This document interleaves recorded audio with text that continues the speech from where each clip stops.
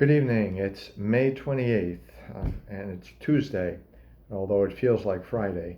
Um, but Tuesday, May the 28th, and certainly a full day. Got a chance to visit about 11 people today, from St. Petersburg to, I don't know where, West Gandy Boulevard to Lakeland to Valrico to Tampa General Hospital to I don't know, to Temple Terrace, Tampa, and wherever. A long day, but a grace day, as they usually are for me.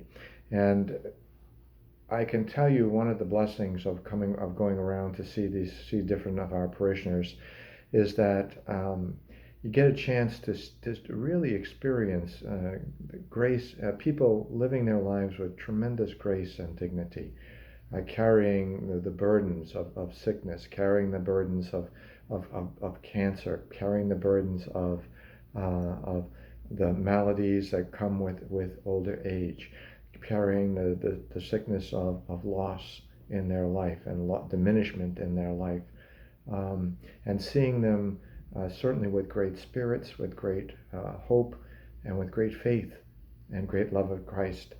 Still, it's always a grace time for me.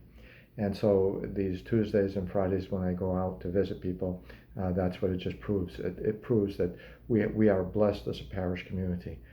Of the 24, 25 people I've been seeing during these last several weeks, every week, I can tell you that there are 8 or 9 that are 90 or more, and 100. But still wonderful people. We're blessed to have them. The grace of diversity and the blessing that it gives to us, and the strength I think it gives to us as a faith family. I ask us to make sure that we remember all of these good people in our thoughts, in our prayers, and make sure it's not just in our thoughts as well. Okay, although, and if you ever feel tempted, visit them. They love to get a visit. Okay, they love to see a new face. They love to see some old faces that they know, and they would treasure a visit from most of you. The thought I want to leave with us has to do with, in the time of Don Bosco in the late 1840s and 50s, Don Bosco was beginning his work, but young men coming into seminary life was difficult because they were closing seminaries, the state was closing seminaries, was closing churches, was kicking religious orders out. And so it was difficult for them. So Don Bosco got it into his head that maybe we need to address a late vocation program. And he thought about it, he dreamt about it, and he actually eventually put it into practice. And he put it before the Holy Father and before the papal congregation who needs to consider that. And eventually it became very much a reality. Don Bosco used to say, don't spare any expense. Don't worry about expenses. Don't worry about the money, because it was very expensive to put somebody through, as it is now. It was then also. And this was the advice that Don Bosco left to the Salesians. Cultivate the work of Mary Help of Christians according to the method you already know. Never refuse to accept a young man who shows a sign of a good vocation merely because you lack the means. Spend all you have, even go and beg.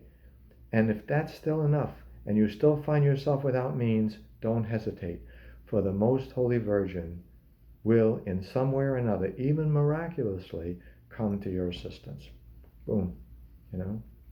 So clear was Our Lady's help that young men with late vocations soon became known as Sons of Mary. And we still call them that today, the Sons of Mary, our later vocations. In a memorandum to the Cardinal Prefect of Propaganda, Don Bosco wrote, upwards of 200 young men are in residence in one house, one Salesian house already, under the title of the Work of Mary Help of Christians.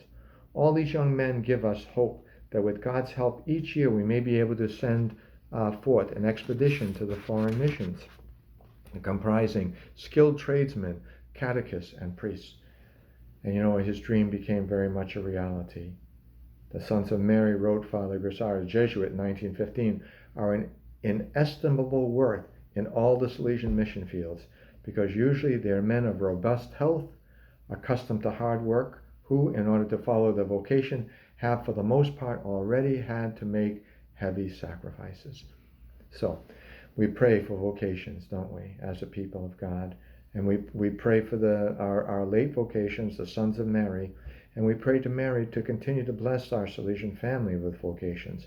But not just new vocations, but to pray and to ask her to pray and to support those who already have given their yes to that vocation, whether it be for new vocation, newly ordained priests and brothers, or those who have been consecrated for decades, up to 65 or 70 years. All of us need to know that we can count on your prayerful support, and not only your prayerful support, but pray for not just faithfulness, but for perseverance. Faithfulness and perseverance. And while we're praying for vocations, let's not forget, as I keep reminding us, to pray for not just good families in our faith family here, but holy families. Trust in Mary, and through Mary, trust in her Son. God bless you all, and have a wonderful, wonderful evening. Mary, the help of Christians, pray for me. Mary, help of Christians, pray for you. God bless you all, and have a great evening.